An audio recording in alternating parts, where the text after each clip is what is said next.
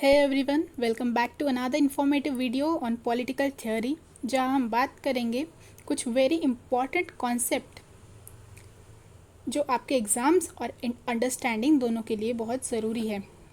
आज के इस वीडियो में हम कवर करेंगे political obligation, that is why should citizen follow laws, citizens को लॉ फॉलो करना क्यों ज़रूरी है। पॉलिटिकल पार्टिसिपेशन, सिटीजन्स की क्या रोल है in the democracy. Pluralism, why diversity matters. Multiculturalism, unity in diversity का एक मॉडर्न मॉडल। पॉलिटिकल ऑब्लिगेशन में यूजुअली डायरेक्टली लॉन्ग क्वेश्चन आता है, जैसे हमेशा हम आपको free notes, expected question and answer writing tips देते हैं, वो भी इस वीडियो में आपको मिल जाएंगी। तो सबसे पहले बात करते हैं पॉलिटिकल ऑब्लिगेशन की। इसका सिंपल मतलब है लोग अपने स्टेट के लॉज को फॉलो क्यों करते हैं। ये मॉरल या लीगल ड्यूटी होती है सिटीजन्स की अपने स्टेट के रूल्स ओबे करने की, जिसमें हम डिफरेंट थ्योरीज देखेंगे। फर्स्टली कंसेंट थ्योरी, जब आप कंसाइजली या साइलेंटली किसी सिस्टम को एक्सेप्ट करते हो, आप इनडायरेक्टली उसके रूल्स भी एक्सेप्ट करते हो। एग्जाम्पल वोटिंग करना, आईडी बनवाना, all show tacit consent. Fair play theory, जब आप सोसाइटी के बेनिफिट्स एंजॉय करते हो, जैसे रोड, स्कूल्स, सिक्योरिटी, तो आपको सिस्टम के रूल्स भी मानने चाहिए क्योंकि फेयर प्ले ज़रूरी है। एसोसिएशन थ्योरी, हम एक पॉलिटिकल कम्युनिटी के पार्ट हैं, तो नेचुरली कुछ ड्यूटीज़ हम पर होती है। ये आता है एसोसिएशन थ्योरी में। Natural duty theory, justice promote करना सबका नेचुरल ड्यूटी है और जस्ट इंस्टीट्यूशंस को सपोर्ट करना भी। डेमोक्रेसी में पॉलिटिकल ऑब्लिगेशन क्यों इम्पॉर्टेंट है। रूल ऑफ लॉ को मेंटेन करता है, सोसाइटी में स्टेबिलिटी और पीस बनाए रखता है, सिटीजन्स के बीच कलेक्टिव रिस्पॉन्सिबिलिटी का सेंस डेवलप करता है। नेक्स्टली हम देखेंगे पॉलिटिकल पार्टिसिपेशन क्या होता है। जैसे कि बात करते हैं पॉलिटिकल पार्टिसिपेशन की, ये वो प्रोसेस है जिसमें सिटीजन्स एक्टिवली पॉलिटिक्स और गवर्नेंस में हिस्सा लेते हैं। इसके डिफरेंट फॉर्म्स है कि कैसे हम पॉलिटिक्स में पार्टिसिपेट करते हैं। फर्स्टली वोटिंग करके, रैलीज, डिबेट्स अटेंड करके, पॉलिटिकल पार्टीज़ या एनजीओज़ को ज्वाइन करके, प्रोटेस्ट करके, पब्लिक कंसल्टेशन में हिस्सा लेके। व्हाट इज़ इम्पॉर्टेंट, डेमोक्रेसी तभी स्ट्रॉन्ग होती है जब लोग एक्टिव होते हैं, गवर्नमेंट अकाउंटेबल बनती है, पब्लिक इन्फॉर्म्ड रहती है, माइनॉरिटी वॉइसेस को भी स्पेस मिलता है, उनकी आवाज़ सुनी जाती है। एग्जाम्पल, लोकसभा इलेक्शंस में high voting turnout political awareness का साइन है। ये एग्जाम्पल आप एग्ज़ाम में लिख सकते हैं। Then the next thing is pluralism in democracy.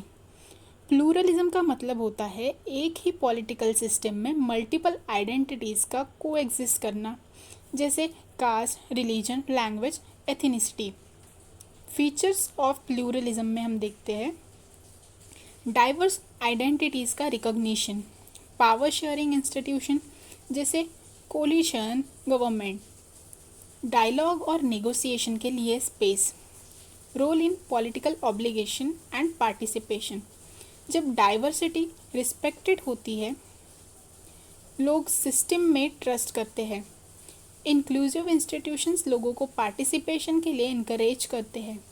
Challenge होता है मेजॉरिटलिज्म या identity based polarisation. Example, India में federalism and reservation plural society का रिफ्लेक्शन है। Let's move on to the next topic, that is multiculturalism. इसमें हम देखते हैं मल्टीकल्चरलिज्म एक ऐसी फिलॉसफी है जो कहती है कल्चरल डाइवर्सिटी को रिकॉग्नाइज और रिस्पेक्ट करना चाहिए इन अ सोसाइटी। जैसे कि इंडिया में एक मल्टीकल्चरल नेशन है जहाँ पे there are various culture in a single nation. Core principle है इसका equal respect for all cultures, जैसे कि इंडिया में सभी कल्चर, सभी रिलीजन की रिस्पेक्ट होती है, माइनॉरिटी राइट्स का protection, inclusion in public institution, schools, courts etcetera, dialogue between cultures. Let's move on to the modes of multiculturalism. First one is liberal model. Individual rights को cultural context में protect करता है. Second, communitarian model groups rights और cultural autonomy पे focus करता है. कॉस्मोपॉलिटिज्म cultures का blending और को एग्जिस्टेंस प्रमोट करता है. मल्टीकल्चरलिज्म का डेमोक्रेसी के साथ रिलेशन, जिसमें हम देखते हैं डेमोक्रेटिक रोल, जहाँ पे डिलिबरेटिव डेमोक्रेसी को स्ट्रेंथन करता है, होमोजीनियस नेशन स्टेट कॉन्सेप्ट को चैलेंज करता है, पॉलिसी चेंजेस लाता है जैसे रिजर्वेशन, लैंग्वेज राइट्स एट्सेट्रा. इसके कुछ क्रिटिसिज्म्स है.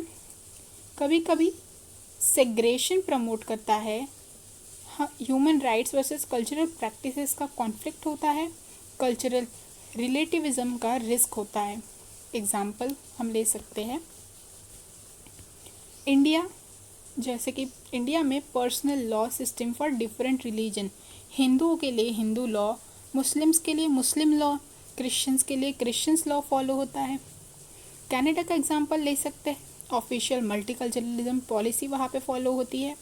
यूके में flip between multicultural and integrationist models. ये एग्जाम्पल्स आप लिख सकते हैं. Next move on to the expected questions. आप नोट डाउन कर सकते हैं what are the expected question from this topic. Firstly, what is political obligation, discuss the key theories, explain the importance of political participation in a democracy. I am repeating, what is political obligation, discuss the key theories, explain the importance of political participation in a democracy, discuss the role of pluralism in promoting political obligation. What is multiculturalism, explain its models and relevance in a democratic society. ये कुछ expected questions हैं जो कि exam में आ सकते हैं and same form में आपको आंसर लिखना है. फर्स्टली इंट्रोडक्शन, जहाँ पे आप डेफिनेशन से स्टार्ट कर सकते हैं या कोई कोट लिख सकते हैं या तो कोई रियल लाइफ एग्जांपल दे सकते हैं. पॉलिटिकल लॉ, जैसे कि political obligation is a moral duty of citizens to obey the laws of just. Body में आप थ्योरीज, सारी की सारी थ्योरीज का कॉन्सेप्ट एक्सप्लेन कर सकते हैं. एग्जाम्पल्स यूज़ कर सकते हैं, जैसे कि इंडिया में क्या है, यूके में क्या है, देन क्या लॉज है, क्या प्रोटेस्ट प्रोग्राम्स है. डायग्राम या टेबुलर फॉर्म में आप लिख सकते हैं. And lastly, remember to write down conclusion at least in 2 to 3 lines. It is very essential to write down the conclusion, because इस पे आप अच्छे खासे मार्क्स गेन कर सकते हैं.